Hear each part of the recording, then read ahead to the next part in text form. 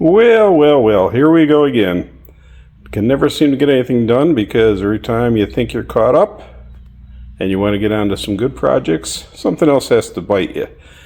So, thought we'd take a day today and look at this. This is kind of a different situation for me. I don't work on these things. But, take a look at this.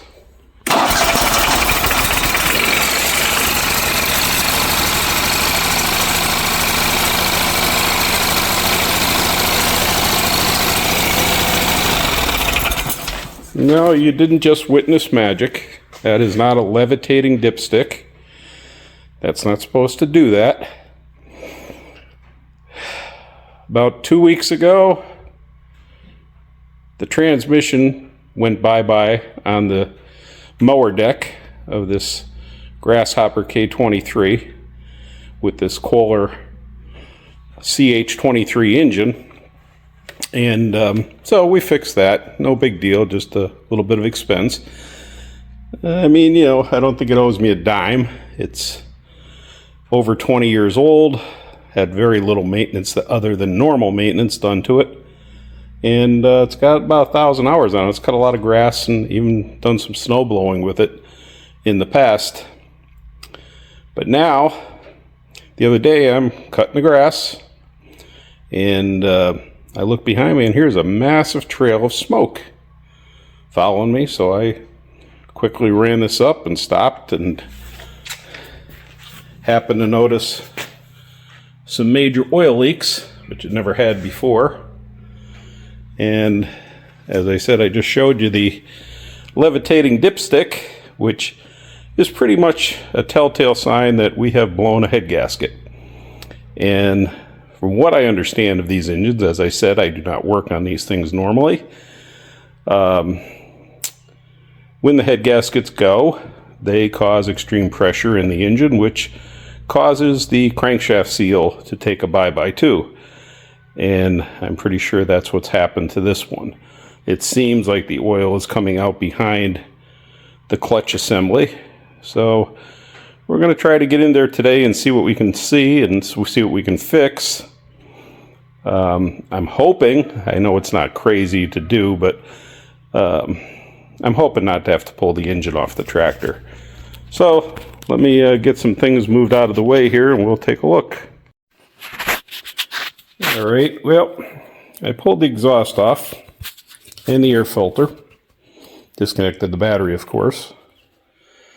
Haven't done anything too exciting, but I'm realizing that most of these shields have to come off to get around the cylinder head. I think. Anyway, I'm thinking that maybe I could pull the engine. It's certainly not a big deal. The belts that drive this thing, of course, there's the clutch belts. They're also original. They don't look too bad, but the ones back in here that actually drive the wheels, I've seen better. So, I don't know. I'm thinking they're going to get changed while I'm in here. Not quite sure here whether I'm pulling the engine yet or not. I guess the next thing I want to know for sure is what we're up against as far as leaks and stuff like that. And of course, am I going to actually be able to get this clutch assembly off of here?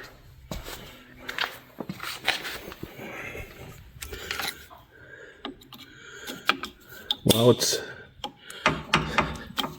still in the yep, that I've heard is a very common problem right there. So there's another repair we're going to have to do.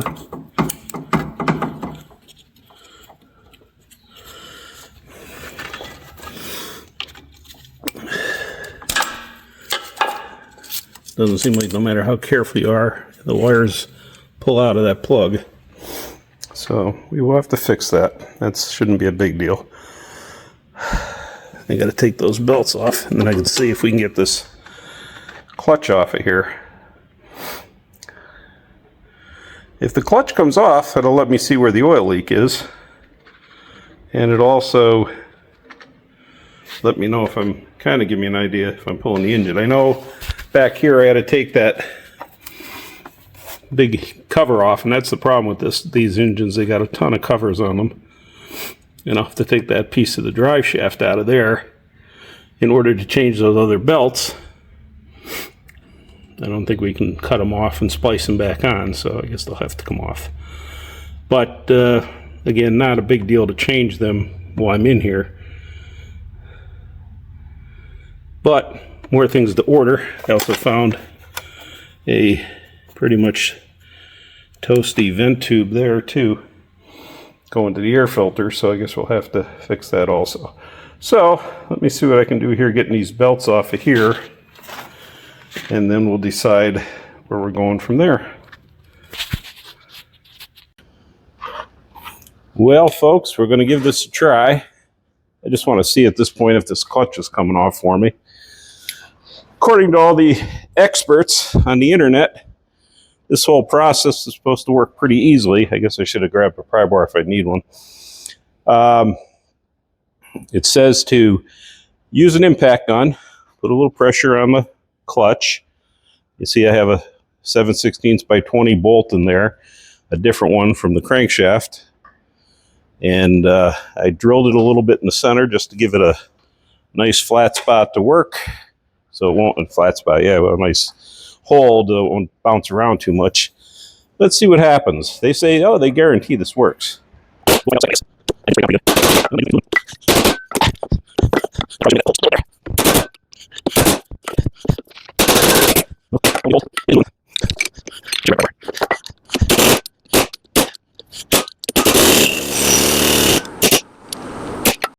Well, it's almost all the way off anyway.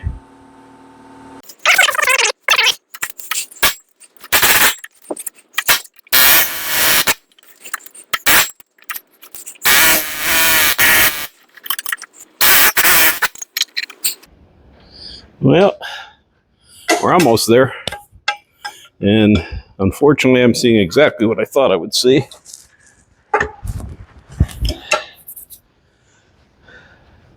That seal, which I'll show you if I ever get this thing off of here, is completely out of the engine. So,